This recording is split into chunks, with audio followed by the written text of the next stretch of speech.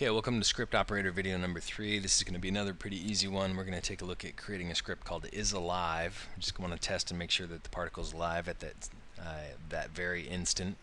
And the reason we do that is because we're going to come into a situation later in our procedural jointing system where we're going to birth a bunch of marker particles on the surface of a particle.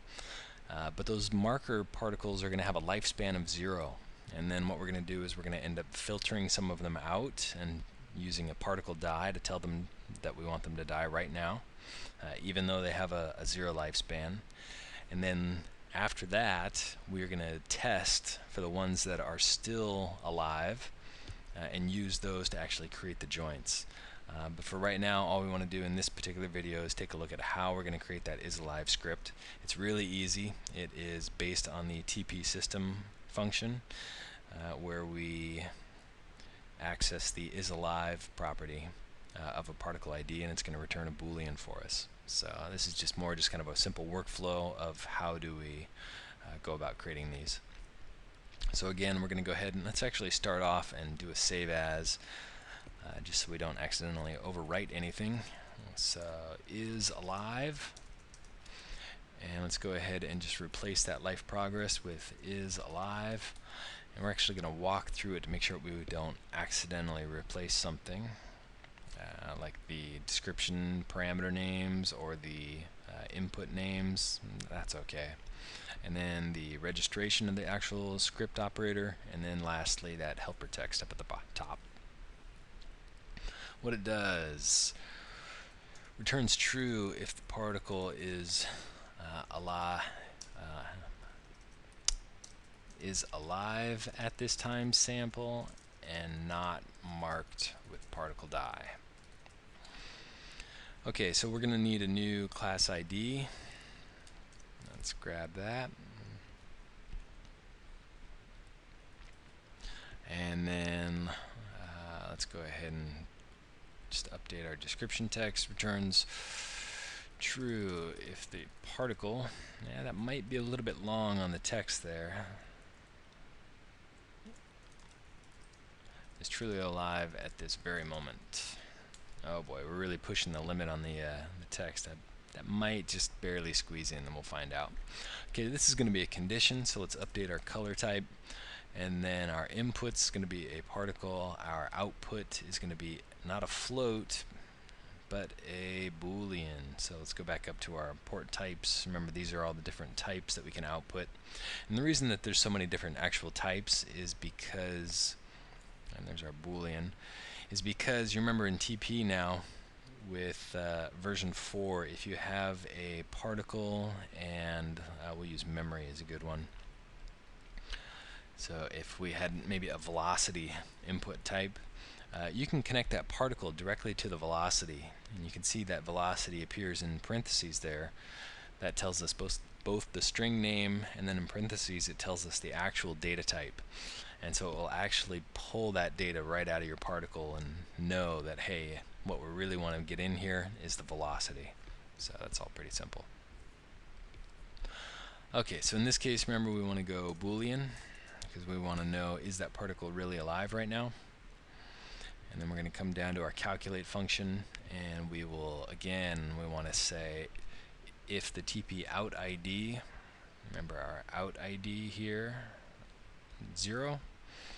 So if our out ID is greater than or equal to 0, meaning is somebody connected to us and they want our value, and then if our input is truly connected, then we're going to go ahead and assign this PID local variable, and we're going to get the in value from our input number 0, which is actually just going to reference, yep, you guessed it, our particle.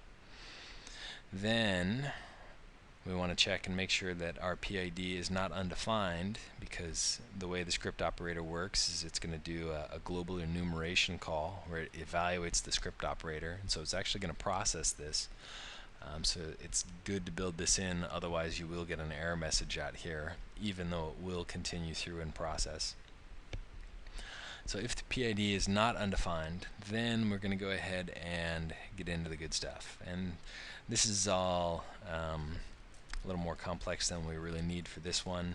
We can just say TP system IsAlive our PID. And so it's just going to go ahead and return true.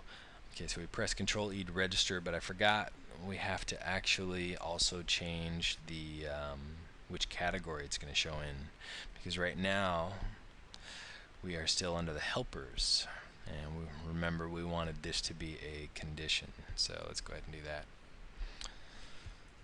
So now your condition, Control E to evaluate, and now we'll go ahead and create a particle draw.